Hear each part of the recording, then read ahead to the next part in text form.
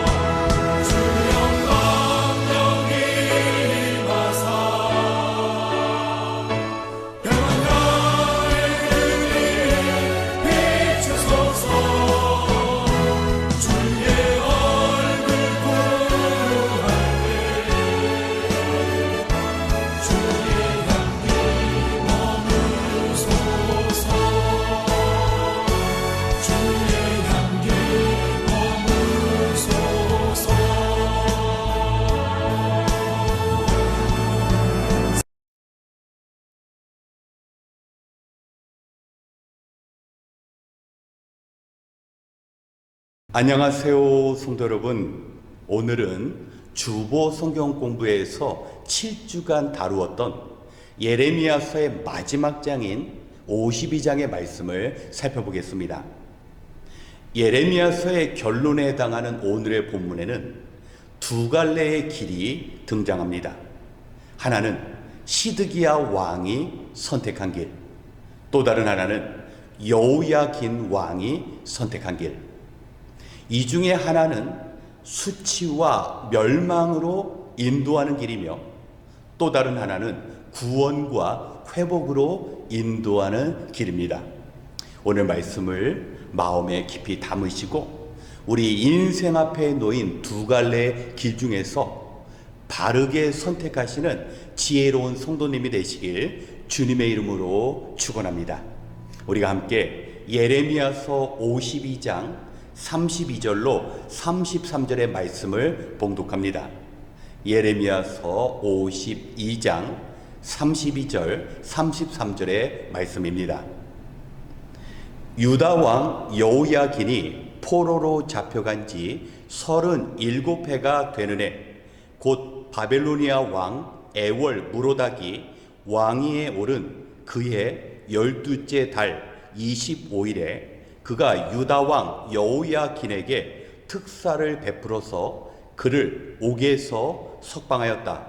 그는 여호야긴에게 친절하게 대접하여 주면서 그와 함께 바빌로니아에 있는 다른 왕들의 자리보다 더 높은 자리를 그에게 주었다. 아멘.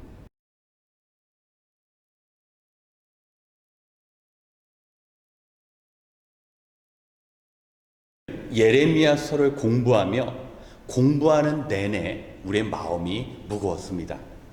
하나님께서 선지자 예레미야를 통하여 이스라엘에게 회개할 기회를 주셨지만 이스라엘은 끝까지 불순종하다 하나님의 심판대 앞에 서게 되었습니다.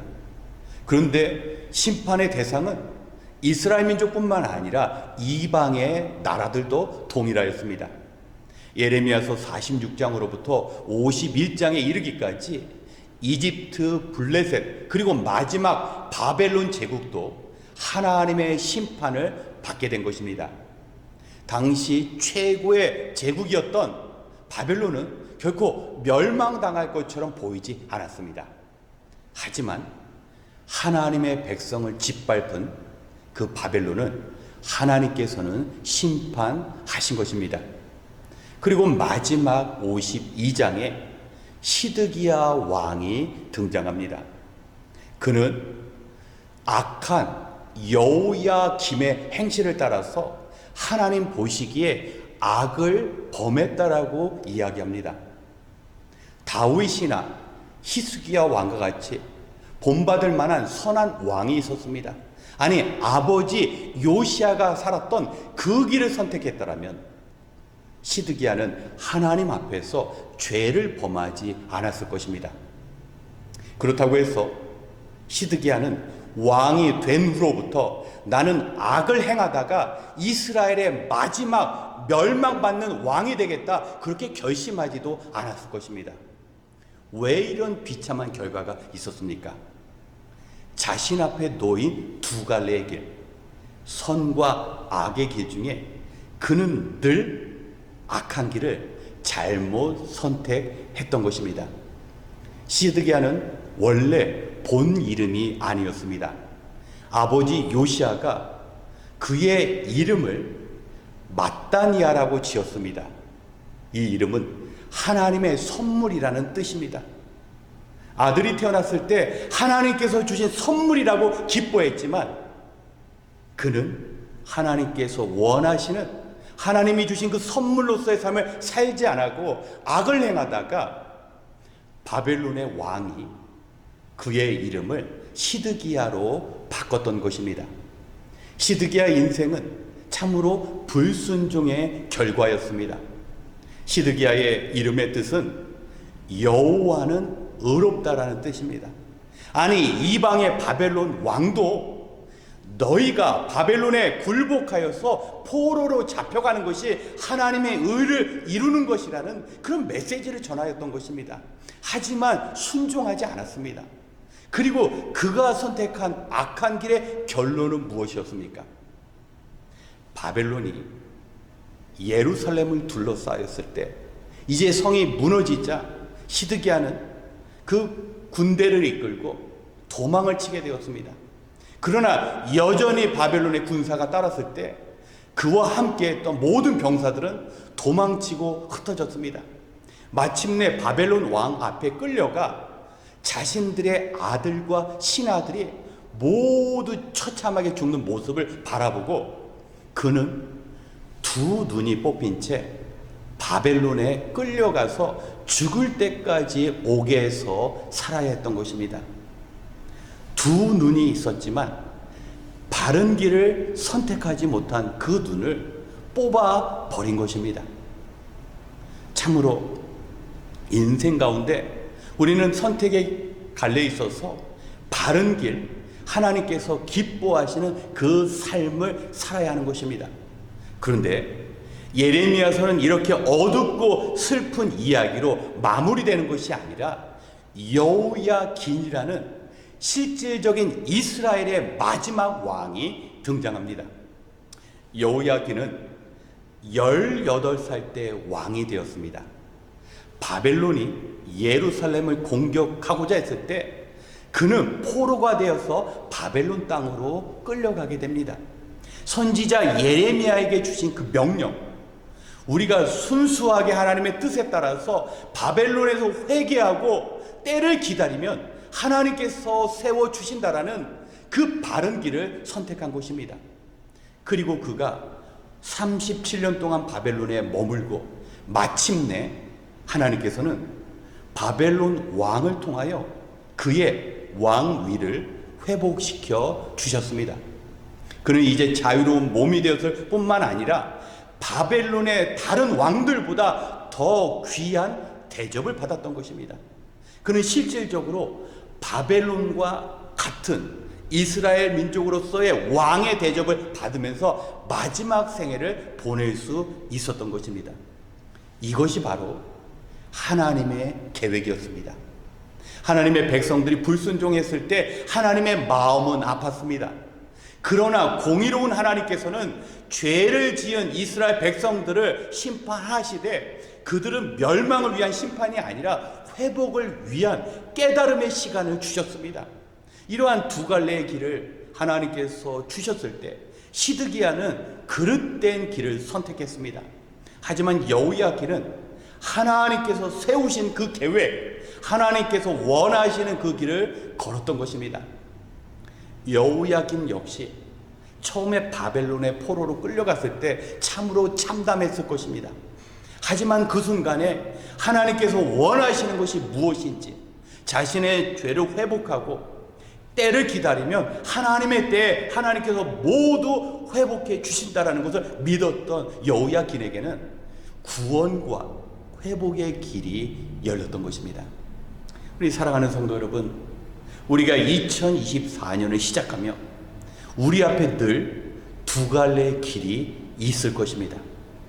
시드기와 같이 상식과 눈에 보이는 것을 판단하여서 바벨론에 멸망당하지 않기 위해서 끝까지 저항하는 삶이 아니라 하나님께서 우리 인생 가운데 원하시는 것이 무엇인지 주의 종 예레미야를 통하여 바벨론에 끌려가는 것이 하나님의 뜻이라는 것을 받아들이고 하나님께서 원하시는 그 길이 쉽지 않은 길이지만 우리는 그 길을 걸어가야 합니다. 예레미야서를 마무리하면서 우리는 하나의 궁금증이 생길 수 있습니다. 과연 예레미야는 어떠한 삶을 살았을까? 선지자 예레미야는 사람들에게 이끌려서 이집트로 끌려가게 됩니다. 그곳에서 선지자 예레미야는 하나님 왜 우리 민족을 멸망시키셨습니까? 하나님 제가 하나님의 뜻대로 살아온 결과가 이 땅에서 포로로 살아가는 것입니까? 라는 그런 이야기를 하지 않았습니다. 선지자 예레미야는 오직 여호와만 높여드린다라는 그 이름의 뜻처럼 이집트 땅에서 자신들의 민족을 위하여 하나님의 뜻을 선포하였습니다. 어떤 형편과 처지, 그가 원망스러운 그런 상황이었지만 그곳에서도 하나님을 높여드리며 하나님의 영광을 위하여 살았던 것입니다. 우리의 인생이 이런 예레미야의 길을 걸었으면 좋겠습니다. 때로는 내가 받아들일 수 없는 상황이 된다 할지라도 오직 하나님의 영광을 위하여 하나님께서 원하시는 그 삶을 살아가야 될 줄 믿습니다. 오늘 예레미야서 마지막 그 결론의 말씀을 기억하시면서 우리 여호야김과 같이 하나님께서 원하시는 그 길을 지혜롭게 선택하시는 귀한 성도님 되시길 주님의 이름으로 축원합니다. 함께 기도하겠습니다. 참 좋으신 하나님, 오늘도 우리에게 주어진 하루를 마무리하며 주님 앞에 나왔습니다. 참으로 거칠고 메마른 세상이지만 모든 것을 아시는 하나님께서 우리와 함께 하시기에 오늘도 소망을 내려놓지 않습니다. 특별히 이 기도의 자리를 사모하게 하시사 언제나 우리에게 말씀하시는 하나님을 만나는 자리가 되게 하여 주시옵소서. 오늘 주신 말씀처럼 하나님의 뜻보다 내가 원하는 것을 선택하는 실수를 범하지 않게 하여 주시옵소서. 우리는 늘 우리가 보고 싶은 것만 보고 우리가 듣고 싶은 것만 듣고자 합니다. 내게 유익한 것보다는 내가 좋아하는 것을 선택하는 우리의 삶이었습니다. 하지만 하나님 앞에서 온전히 우리의 뜻을 꺾음으로 우리의 삶이 변하고 하나님께서 원하시는 길을 걸어감으로 새로운 하나님의 역사를 이루어갈 수 있도록 주님 도와 주시옵소서. 이 시간 현실의 염려와 미래의 두려움 앞에 주저앉은 백성들이 있다면 위로의 마음을 주시사 하나님께서 펼치시는 도움의 손길로 다시 일으켜 주시옵소서. 이제 같은 마음으로 같은 기도 제목으로 간구하기 원합니다. 비록 수고와 염려의 짐을 지고 이 자리에 나왔을지라도 말씀을 기억하며 믿음으로 기도할 때 마음의 평안과 더불어 도우시는 하나님의 손길을 경험하는 능력의 시간 되게 하여 주시옵소서. 모든 것을 감사드리며 우리의 도움이 되시는 예수님의 이름으로 기도드렸습니다. 아멘. 이 시간 먼저 오늘의 말씀을 기억하며 순종의 마음을 위하여 기도하겠습니다. 성도 여러분, 이스라엘의 백성들은 선지자 예레미야를 통하여 자신이 가야 할 길, 자신이 해야 할 일들에 대해서 들었습니다.